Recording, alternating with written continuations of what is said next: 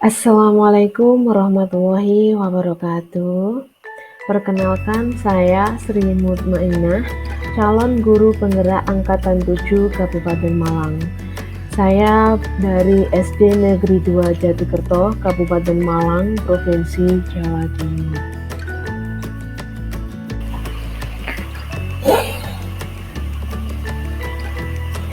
Di sini, saya dalam rangka memenuhi tugas 11A.6 demonstrasi kontekstual filosofi pendidikan Ki Hajar Dewantara serta implementasinya yang saya lakukan di sekolah saya. Filosofi pendidikan yang pertama yaitu arti dan maksud pendidikan. Pendidikan diartikan sebagai tuntunan dalam hidup tumbuhnya anak-anak. Maksud pendidikan yaitu menuntun segala kodrat yang ada pada anak, agar anak dapat mencapai keselamatan dan kebahagiaan yang setinggi-tingginya, baik sebagai manusia maupun sebagai anggota masyarakat. 2. Pembelajaran berpusat pada murid. Pembelajaran yang berpusat pada murid dapat mendorong siswa terlibat aktif dalam membangun pengetahuan, sikap, perilaku sesuai kodrat masing-masing. Karena pada dasarnya setiap anak dilahirkan dengan kodrat yang berbeda. Bahkan untuk anak kembar sekalipun itu pasti memiliki sifat dan memiliki kodrat yang berbeda juga.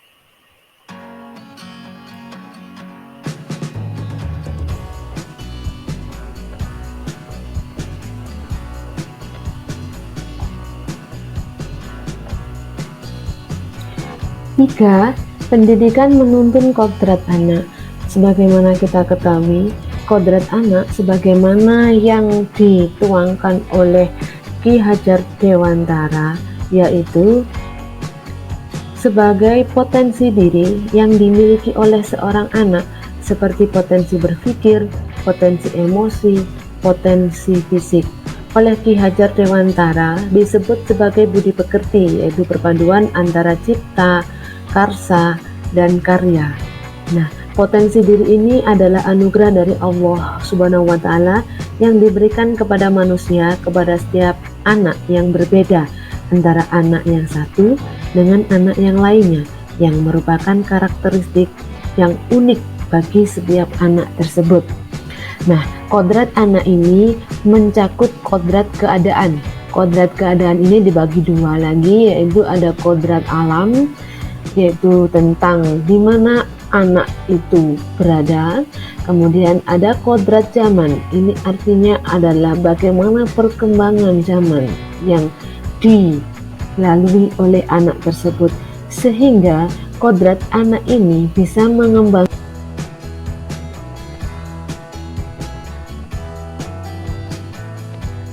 4. Pendidik itu ibarat seorang petani.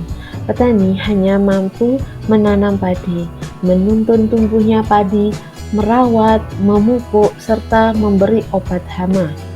Karena menuntun tumbuhnya padi itu adalah tugas dari petani, dan akhirnya akan tumbuh menjadi padi pula. Dan tidak mungkin bahwa seorang petani itu bisa merubah sebuah padi menjadi. 5. Trilogi pendidikan. Trilogi pendidikan ini yang sudah dituangkan oleh Ki Hajar Dewantara. Yang pertama adalah ing ngarsa sung tulodo, di mana kita sebagai guru itu menjadi contoh di depan. Kemudian ing madya mangun karso, di tengah memberikan semangat. Nah, berarti kita memberikan semangat kepada anak-anak didik kita. Tutpuri handayani, di belakang memberikan dorongan. Baiklah, kita lanjutkan ke dalam implementasi yang telah saya lakukan di sekolah saya.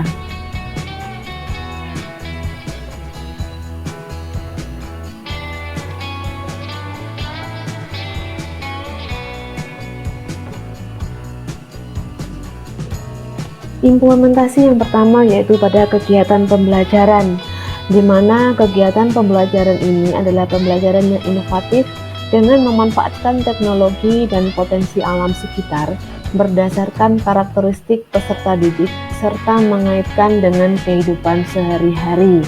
Ini ada beberapa contoh kegiatan dalam inovasi, pembuatan karya, kemudian belajar kelompok, ice breaking, dan sebagainya. Kemudian ada kegiatan ekstrakurikuler. Kegiatan ekstrakurikuler menuntun siswa kepada bakat, minat, dan sesuai karakter masing-masing anak untuk bisa mengembangkan dirinya. Ada beberapa contoh kegiatan ekstrakurikuler yang diselenggarakan di sekolah. Salah satunya ada kegiatan keagamaan seperti banjari, kemudian ada tari, ada pramuka, itu ekstrakurikuler wajib, dan juga ada kegiatan kursus TIK.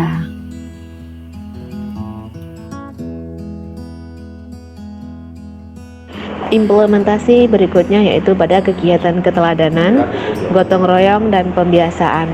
Sebagai seorang guru, kita harus memberikan contoh yang baik, menjadi pemimpin, mengajak anak untuk bekerja bersama-sama, dan membiasakan untuk kegiatan religius.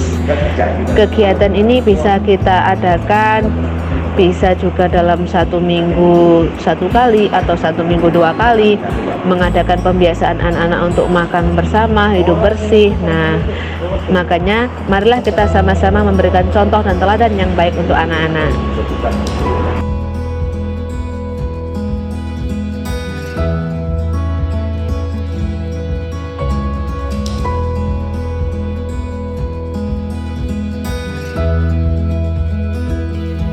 Lanjut kepada tantangan penerapan filosofi Ki Hajar Dewantara. Yang pertama yaitu kurangnya minat belajar anak, sehingga sulit melaksanakan pembelajaran sesuai dengan kodrat zaman. Ada perkembangan zaman yang tidak terbendung sehingga menuntut sumber daya manusia yang siap tanggap, dan penanaman budi pekerti yang semakin sulit diterapkan karena kurangnya tuntunan. Lalu, bagaimana dengan solusi penerapannya? Nah, solusi penerapan filosofi Ki Hajar Dewantara yaitu yang pertama, memberikan inovasi pembelajaran yang menyenangkan. Itu bisa melalui pembekalan guru yang profesional dan pengembangan seperti kegiatan workshop, pelatihan-pelatihan. Itu guru akan mempelajari bagaimana teknik-teknik untuk inovasi sesuai dengan perkembangan zaman. Kemudian yang kedua, menebalkan semangat nasionalisme dan cinta budaya serta mengadakan kegiatan sosialisasi.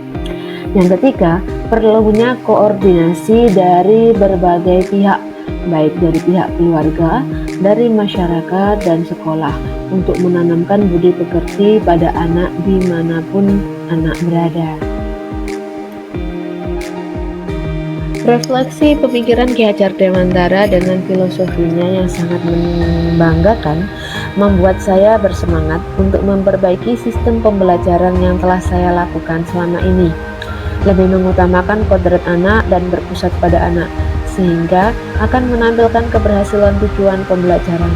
Penanaman budi pekerti yang selama ini saya terapkan setidaknya bisa membangun karakter pada siswa saya. Langkah konkret yang akan saya laksanakan adalah 1. Melaksanakan pembelajaran yang berpusat pada anak, dilanjutkan dengan berusaha untuk memahami kodrat anak didik saya, sehingga saya bisa menentukan inovasi pembelajaran yang bagaimana yang akan saya laksanakan sehingga tujuan pembelajaran bisa. Terima kasih. Demikian filosofi pendidikan Ki Hajar Dewantara yang telah saya ulas. Terima kasih dan salam guru penggerak, bergerak dan menggerakkan. Wassalamualaikum warahmatullahi wabarakatuh.